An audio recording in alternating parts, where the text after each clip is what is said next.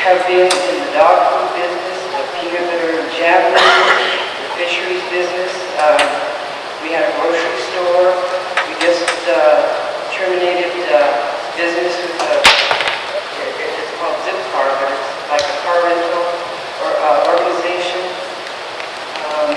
We had a hotel, and we had portfolio managers for many years that took a lot of our corporate assets and invested them. But I think one of the key words tonight that we've been talking about for quite some time is diversification. We've diversified so much in the last 40 years that we've grown considerably.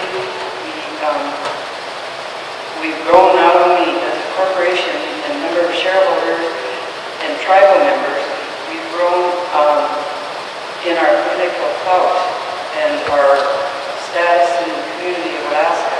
I think we have raised our visibility and our respect in the state of Alaska quite well.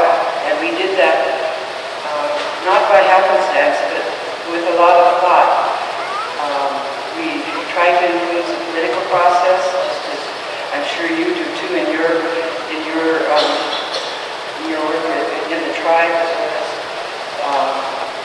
your new organization, the Sparky Inc. We don't have casinos in Alaska, and so we had to think of other ways to do business. We don't have what's considered, I guess, Indian country in Alaska, and so we didn't have casinos. We have bingo and that kind of thing, but we had to think about ways to invest our money and to grow our money. And just recently, we have all these words of corporate world, like strategic planning, investments, portfolios, and that kind of thing. But what it takes is a lot of common sense. We have to use our common sense and gut feeling sometimes when we make decisions.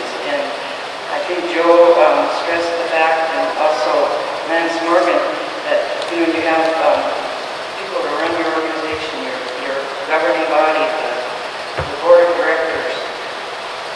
But we have our boards of directors, and we have our shareholders who are very important to us.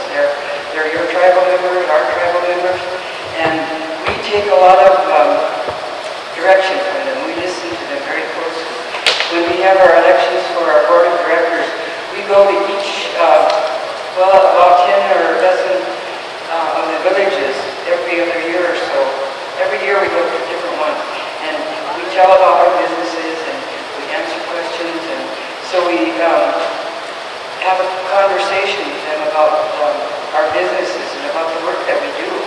And that has been very advantageous for us, because they know who we are now.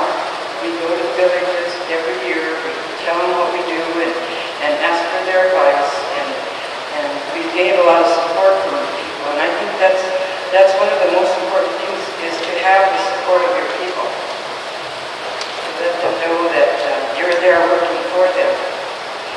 And we've gotten into other businesses such as environmental engineering, and we talked about the 8A contracting. We also are in the fuel business in the west coast of the United States. We have quite a number, I'm not sure the number, maybe 60 different locations up and down from Washington to California. We have construction, we have oil field services, and we're always looking for something different and that will be profitable for us. And that's our management does very, very well for us. We haven't had a change, a lot of change. We've maintained some of the same leadership, and we have a good rapport with our management, but we are still the policy-making board and board of directors. And also, one of the things I want to say, we meet, just like you do, you have your gatherings, and you meet with your tribal members. We also try to meet with meet our tribal councils about once a year, and we ask them what they want us to talk about, or if they want a special topic to be discussed, and then we bring them information and exchange information. The other thing that we do as a board, we meet with all the major Bristol Bay organizations, the Housing Authority, the Health Corporation, the Native Association, which is a non-profit arm of BBNC, more or less. So we meet together. I think they meet quarterly, and Joe participates in them on behalf of our board.